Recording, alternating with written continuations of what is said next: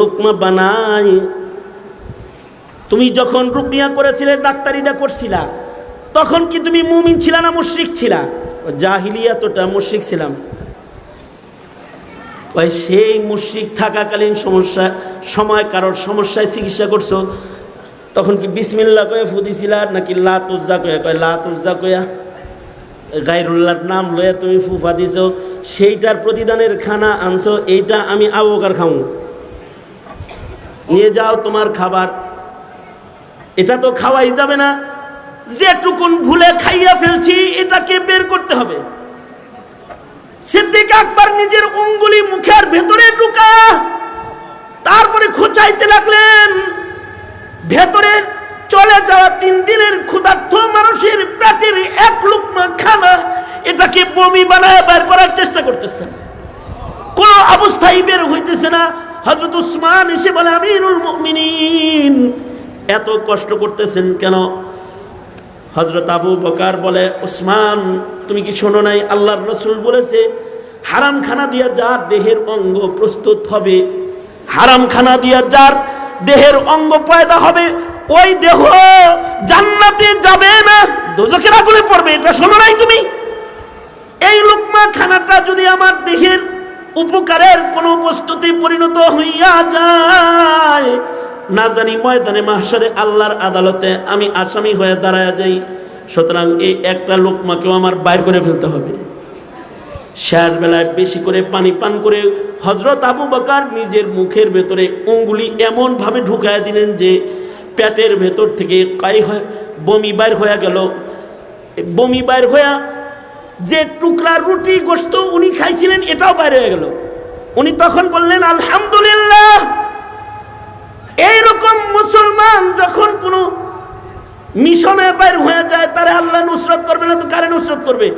এইরকম মুসলমানকে মর্যাদার আসন আল্লাহ দিবে না তো কাকে দিবে? আর আমাদের মুসলমানেরা হলো সুদকে হালাল মনে করে, ঘুষকে হাদিয়া মনে করে, এমনকি পূজার প্রসাদকে বরকতের খানা মনে করে। বরকতের খানা, পূজার প্রসাদ, এটা তো বরকতের। এই জন্যে মুসলমান হইয়া হিন্দুর পূজায় যায় বরকত খায়, প্রসাদ। শুধু তাই নয়, শুধু তাই নয়, রাষ্ট্র সম্পদকে হালাল মনে করে খায়। রাষ্ট্র সম্পদকে, পরের মালকে হালাল মনে করে যারা খায়, পরের মাল হালাল মনে করে খায়।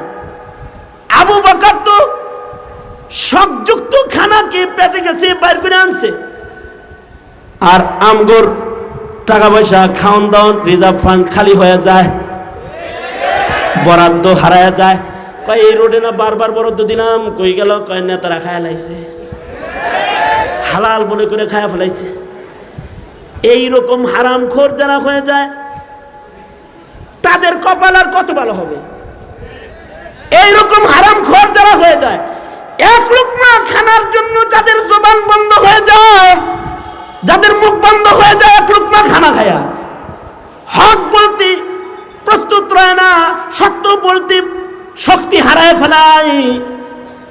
এক লুকমা একটা হারাম ঢুকলে ইমানি শক্তি কমে যায়। এ কারণে সিদ্দিক আকবর এক লুকমা খাবারকে ভেতর থেকে বের করে ফেলেছেন।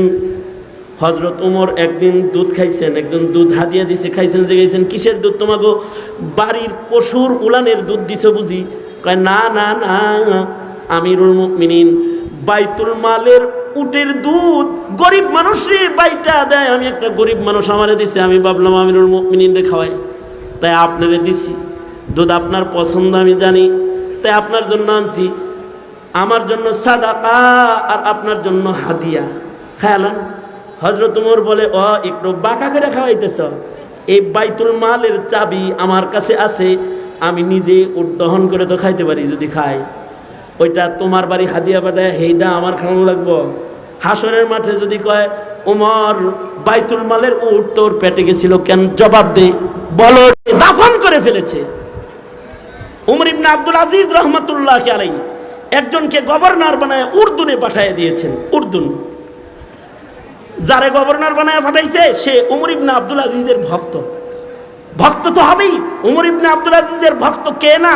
উমর ইবনে আব্দুল আজিজের ভক্ত তো জঙ্গলের বাঘও, যে কারণে উমর ইবনে আব্দুল আজিজ যতদিন খলিফাতুল মুসলিমিন ছিলেন, বাঘও জঙ্গলে জুলুম করে নাই, ছাগলের রক্ত পান করে নাই। বাঘ ছাগল এক ঘাটে পানি পান করেছে। মাত্র 2.5 বছর খলিফাতুল মুসলিমিন ছিলেন, আদালতে এরকম কায়েম করছেন। খলিফার আসনে 30 বছর বসে থাকা লাগে নাই। খলিফার চেয়ারে, প্রেসিডেন্টের চেয়ারে, প্রেসিডেন্টের মসনদে 50 বছর বসে থেকে ইনসাফ উমর ইবনে আব্দুল আজিজের কায়েম করতে হয় নাই। 50 বছর বসে থেকে তো ভোগের রাজত্ব কায়েম করা যায়, ইনসাফের রাজত্ব কায়েম করা যায় না, ইনসাফের রাজত্ব কায়েম করা যায় না। কিন্তু উমর ইবনে আব্দুল আজিজ রহমাতুল্লাহি আলাইহি তিনি মাত্র 2.5 বছর খলিফাতুল মুসলিমিন। কয় বছর? মাত্র 2.5 বছরের কম। এই 2.5 বছরের খেলাফতের আমলে জমিনে ইনসাফ এই রকম কায়েম করেছিলেন যে মানুষের ভেতরে তো আদালত প্রতিষ্ঠা হয়েছিলই। বনের জঙ্গলের বাঘ, শৃগাল, পশু পাখির ভেতরে ইনসাফ এসে গিয়েছিল। এই উমর ইবনে আব্দুল আজিজ রহমতুল্লাহ আলাইহির কাছে ওনার ভক্ত যে উর্দুনের গভর্নর 2 পুটলা খেজুর হাদিয়া পাঠিয়ে দিছে। কিন্তু পাঠানোর তরিকা কি? ডাক, সরকারি ডাকের যে গাড়িটা খলিফার কার্যালয় থেকে উর্দুনে গেছে, ওই গাড়িতে দামি খেজুর 2 পুটলা কিনা উঠায় হাদিয়া পাঠিয়ে দিছে। আর চিঠি লিখে দিছে, এটা উর্দুনের খলিফার পয়লা বেতনের টাকার থেকে উমর ইবনে আব্দুল আজিজকে সামান্য ছোট্ট একটি তোহফা গিফট গ্রহণ করুন, হাদিয়া। উমর ইবনে আব্দুল আজিজ রহমতুল্লাহ আলাইহি বলে, এই খেজুর উর্দুন থেকে আমার কার্যালয় পর্যন্ত আইছে কেমনে? কয় আসছে সরকারি গাড়িতে। কয় সরকারি গাড়ির বেতন, সরকারি গাড়ির টাকা, সরকারি গাড়ির টাকা, খরচের টাকা বাইতুল মাল থেকে দেওয়া হয়। সরকারি গাড়ির চালকের বেতন বাইতুল মাল থেকে দেওয়া হয়। সেই গাড়িতে করে হাদিয়ার খেজুর আইছে, এইটার ভেতরে তো সরকারি বাইতুল মাল ঢুকে গেছে। সুতরাং সরকারি বাইতুল মাল তো উমর ইবনে আব্দুল আজিজের জন্য হালাল না। যাও এটা বাজারে বিক্রি করে টাকাগুলা বাইতুল মালে জমা করে দাও। আল্লাহু আকবার বলেন। এটা বাইতুল মালে জমা করো। বাইতুল মালের গাড়ি ব্যবহার হয়েছে, রাষ্ট্রীয় গাড়ি ব্যবহার হয়েছে, কারণে হাদিয়ার খেজুর নেয় না। ওইটা হলো ইনসাফ। আর রাষ্ট্রের সম্পদ দেশ থেকে দেশান্তর হয়ে যায়। দেশান্তর কখন হয়? যখন ইনসাফ না থাকে আর ক্ষুধা ভীতি না থাকে, তখন হয়। এই কারণেই এমপি মন্ত্রী নমিনেশন কেনা বেচার সময় আসলে সব পাগল হয়ে যায়। এমপি হওয়ার লেগে, খেদমত করার লেগে না, আঙ্গুল ফলে কলা গাছ হওয়ার লেগে, আঙ্গুল ফলে কলা গাছ হওয়ার লেগে। সুতরাং উমর ইবনে আব্দুল আজিজ রহমতুল্লাহি আলাইহি তো রাষ্ট্রীয় গাড়ি ব্যবহার হয়েছে, এই খেজুর এখন নিজে ব্যবহার করবেন না। এই কাহিনী ওনার ভাতিজা দেখতেছে। এই কাহিনী ওনার ভাতিজা দেখতেছে, ভাতিজা এটা দেখতেছে। ভাতিজা খাদেমকে বললেন, এই খেজুরগুলা বাজারে নিয়ে দাম উঠাও, আর খেজুরগুলা আমি কিনলাম। দাম উঠানো হলো, কত দাম? 14 টাকা করে পার কার্টুন, 28 টাকা মূল্য। ঠিক আছে, এই যে নাও, আমি 28 টাকা দিলাম, এটা বাইতুল মালে জমা করে দাও। এবার খেজুরগুলা ভাতিজা মালিক হয়েছে। ভাতিজা 1 পুটলা খেজুর নিজে রেখে আর 1 পুটলা মাথায় নিয়ে চাচার কাছে যায়, কয়, চাচা, ভাতিজার পক্ষ থেকে খেজুর হাদিয়া, খেজুরের মূল্য বাইতুল মালে জমা হয়েছে, আমি জানি আপনার বাড়িতেও খাবার নাই, ঘরে পাঠাইয়া দেন। উমর ইবনে আব্দুল আজিজ বলে, হ্যাঁ, এবার এই খাবার আমার জন্য হালাল হয়েছে, এবার খাওয়া যায়। এই যে উনার আদর্শ, এটা ক্ষুধাভীতির কারণে, ক্ষুধাভীতির কারণে। আর আমাদের যে আদর্শহীন সমাজ গঠন হয়েছে, যেই সমাজকে পাহারা দিয়ে চুরি বন্ধ করা যায় না, নাটগাট দিয়ে রাতের চুরি বন্ধ করা যায় না, প্রশাসন দিয়া খুন বন্ধ করা যায় না, রাস্তার ডাকাতি, রাতের পাহারাদার ডিউটি টিম দিয়া বন্ধ করা যায় না। কারণ কি? কারণ হলো ক্ষুধাভীতি নাই, আল্লাহর ভয় নাই। তাদের ভিতরে আল্লাহর ভয় নাই, যারা ডিউটি করতেছে তাদের ভিতরে আল্লাহর ভয় নাই। অপরাধ সংগঠিত হয়ে যাওয়ার পরে বলে, হুজুর কি ডাকাতি ধরছিল আপনারে? জি আমাকে। কই হায় হায় হায় কই গেল? তে আপনারা এখন আসলেন কোত্থেকে তোতা পাখি? আগে কই গিয়েছিলেন? কই আমরা তো ওই পাশে ছিলাম হুজুর। আর ওই পাশে ছিলেন, এই পাশ থেকে চোর চুরি করে চলে গেল আর আপনারা হাজির হয়ে গেলেন। যিনি পাহারাদারি করতেছে তার ভিতরে ক্ষুধাভীতি নাই, যারা দেশ চালাচ্ছে তাদের ভিতরেও ক্ষুধাভীতি নাই, যারা দেশের জনগণ তাদের ভিতরেও ক্ষুধাভীতি নাই। দুঃখ লাগে হলো এই ক্ষুধাভীতি জাতিকে যারা শিক্ষা দিবে, উলামায়ে কেরাম, আলেম উলামা, নবীর নায়েব, যারা জাতিকে তাকওয়া শিক্ষা দিবে, ক্ষুধাভীতি শিক্ষা দিবে, তাদের ক্ষুধাভীতির তালিম বন্ধ, তারা জেলের তারাবদ্ধ, তাদের হাতে হাত করি আর তারা জেলখানায় আবদ্ধ। তারা জাতিরে এই হক বাণী পৌঁছে দিতে পারছে না।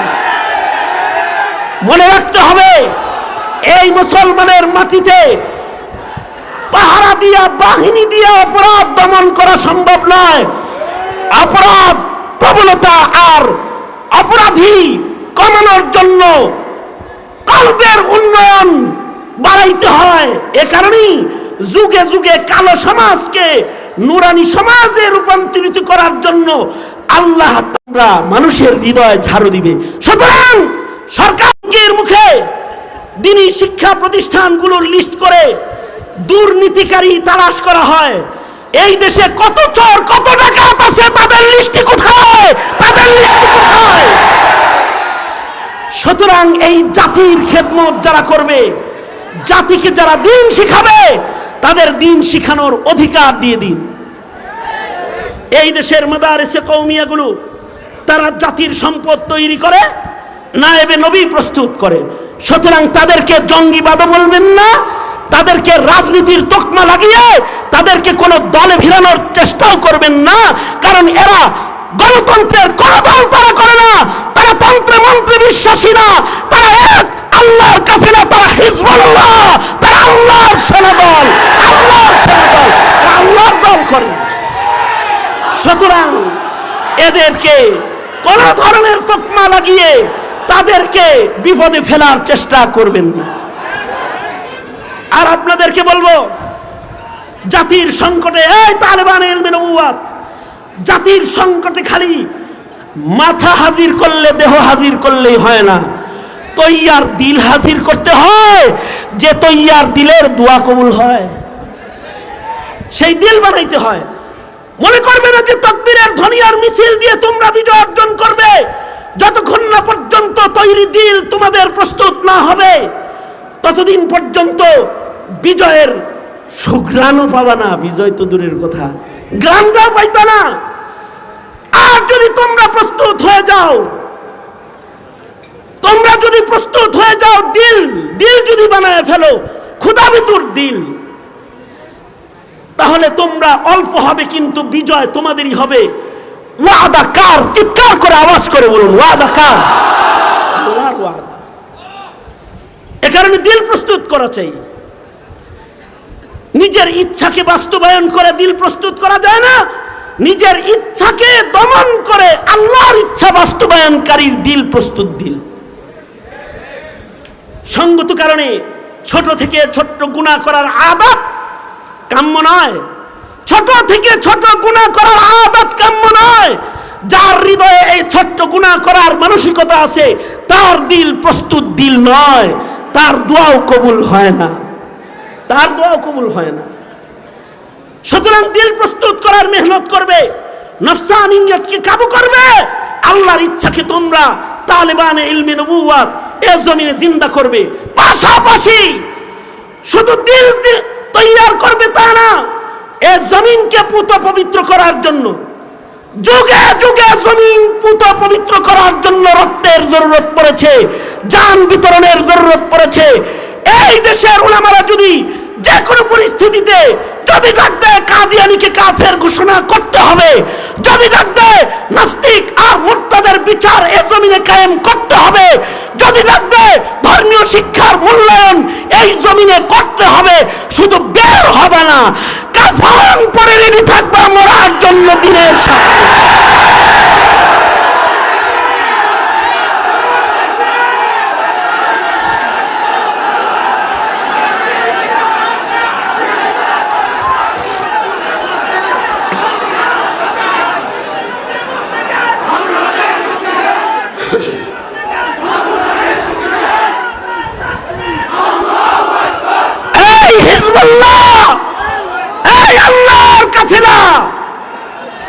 এই জমিনে হক জিন্দার জন্য তোমরা সব সময় পাহারাদারের ভূমিকা না, শুধু মুজাহিদের ভূমিকা পালন করতে সদা প্রস্তুত থাকবো। তো হাত তুলে ওয়াদা করো আল্লাহর কাছে, আল্লাহ কবুল মঞ্জুর করুক। আমিন বলুন, আরো জোরে আওয়াজ করে বলুন আমিন।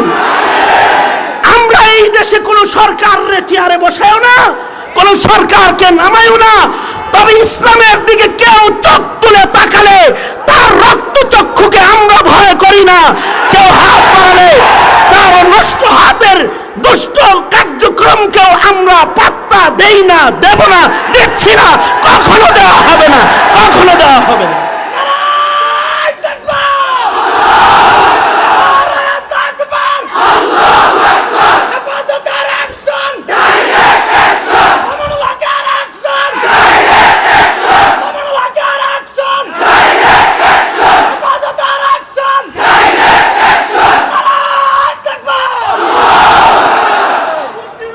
এটা হলো এই মিল্লাতের আল্লাহর সাথে ওয়াদা।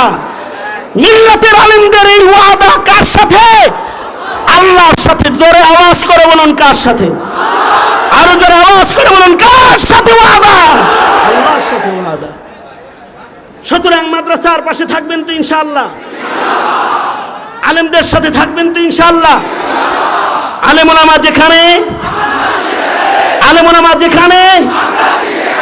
কেন? কারণ এই দেশের আলেমরা চান্দাবাজ না, এই দেশের আলেমরা ধর্ষক না, এই দেশের আলেমরা ডাকাত না, এই দেশের আলেমরা সন্ত্রাসী না, এই দেশের আলেমরা ককটেল চিনে না, গোলা বারুদ চিনে না, ধারালো অস্ত্র দিয়ে মানুষ কুপালো তারা জানে না। এই দেশের আলেমরা এদেশের মাটিতে কোনো অন্যায় কাজ তারা করে না, করে না কোনো অন্যায় কাজ তারা। এদেশের আলেমরা হলো ইমামে আজম আবু হানিফার মতো সারা রাত জায়নামাজের মুসল্লায় কাটায়, সারা রাত আল্লাহর কোরআনের তিলাওয়াতে কাটায়। সুতরাং তোমরা সেই জাতি, বক্ষেতে আগুন আছে তোমাদের, তোমরা অগ্নিগিরি, সে অগ্নিশিখা ভীষণ আত্মবিস্মৃত আছে ঘিরি। পাষাণ হইয়া পড়িয়া আছো, হায় রে আত্মভোলা, তোমরা জাগিলে সারা দুনিয়ায় উঠিবে প্রবল দোলা। माँ हौल की हो ताज़ा हवा, तुझको गवारा, दरकार है तहजीब को फिर तेरा सहारा। कर एक बार नई रंग से दुनिया का नजारा, चमकेगा फिर एक बार तेरी मुख्त का तारा। आए बंगला के मुसलमान, आए मर्द मुसलमान। है तो शहीद হবে নয় তো গাজী হবে, এটাই তো ইতিহাস। है तो শহীদ নয় তো গাজী, এটাই ইতিহাস। কিন্তু ইসলামকে রক্ষা করতে হবে, দ্বীনকে পাহারা দিতেই হবে। দ্বীন পাহারাদারের দুর্গই হলো মাদারিসে কওমিয়া। এই কারণে একটি চক্র কওমি মাদ্রাসাকে জঙ্গি প্রজনন কেন্দ্র কয়। কওমি মাদ্রাসা জঙ্গি প্রজনন কেন্দ্র নয়, কওমি মাদ্রাসা মানুষ বানানোর কেন্দ্র, মানুষ প্রজনন কেন্দ্র। কওমি মাদ্রাসার পেট থেকে ভালো মানুষ তৈরি হয়। তা আল্লাহ তাআলা এই কওমি মাদ্রাসার সাথে থাকার তৌফিক দান করেন ইনশাআল্লাহ। বলেন হাত তোলেন। আর্থিকভাবে সাথে থাকবেন এই হাজার হাজার জনতা। একটা আমল করব এখন। আল্লামা আব্দুল হক দামাত বারাকাতুহুম, তিনি এই দেশের নয় শুধু উপমহাদেশের একজন মুরব্বী। শৈশব থেকে যিনি হাফিজ হুজুর রহমাতুল্লাহি আলাইহির নেক নজরে গড়ে উঠেছেন, এমন একজন ওলিয়ে কামেলের পরিচালনায় এই দাওরায়ে হাদিস মাদ্রাসার ভবনের কাজ সম্পূর্ণ করে আজ প্রায় অর্ধ কোটি টাকা প্রায় ঋণী রয়েছে, প্রায় 30 লক্ষ টাকা ঋণী, 25 লক্ষ টাকার ঋণ রয়েছে। আমি তো মনে করি এই আজকের উপস্থিতি এই হাউসটা যদি খালি একটু হরকত করে তো এই বড় হুজুর দামাত বারকাতুহুমের এই বুঝাটা আজকে সকলে মিলে নামায় দেওয়া সম্ভব। সুতরাং চান্দা তো করা সম্ভব নয়, একটা মন্দা দানও যদি করেন তাতেও আমাদের এই প্রতিষ্ঠানের ঋণ মুক্ত হওয়ার একটা রাস্তা বের হয়ে যাবে। এ কারণে দোনো হাত উপরে তুলেন আর মোট করেন, পকেটগুলো একটা আর একটার সাথে যেহেতু লেগে আছে, অন্যের পকেটে হাত দিয়েন না আল্লাহর রাস্তায়। জোরে আওয়াজ করে বলেন বিসমিল্লাহ। হয় নাই, আরো জোরে আওয়াজ করে বলেন বিসমিল্লাহ, আরো জোরে বলেন বিসমিল্লাহ। এবার নবীর ঘরকে মুক্ত করার, ঋণ মুক্ত করার নিয়তি একটু পকেটে হাত ঢুকায় দেন। যার পকেটে যে বড় নোটটা আছে, যে টাকাটা আছে, সেটা একটু যদি সাদকা করেন। মাদ্রাসার ছাত্ররা রেডি আছো যারা, তারা তোমরা ব্যাগ নিয়ে তোমাদের নির্বাচিত নির্ধারিত ভলেন্টিয়ার যারা, তারা ভেতরে ঢুকে যাও। মাদ্রাসার ছাত্ররা ভেতরে ঢুকে যাও, তোমরা একটু মেহেরবানি করে এই কালেকশনটা করে ফেলে। এই বক্সওয়ালা যারা, দাঁড়াও, ভেতরে হাঁটো, ভেতরে হাঁটো। সবাই যার যার টাকাগুলো পকেটে থেকে বের করে ফেলেন আর এই বক্সের ভেতরে আপনারা দিয়ে দেন, বক্সের ভেতরে দেন। আর এক জায়গায় যেখানে বক্স পৌঁছে নাই, সেখান থেকে একজন আমিন আমানতদার যদি ভূমিকা পালন করে বক্সওয়ালার কাছে পৌঁছে দেন, তাতেও অনেক বড় একটি সহযোগিতা হবে। আর দ্বিতীয় নাম্বার, এই বড় বাজার, ময়মনসিংহ বড় বাজার পট্টিতে আয়োজিত এই লক্ষ জনতার এই সমাবেশ আর স্রোত, এটা আগামীকালকে থাকবে না, আজকে আছে। এখানে যদি কোনো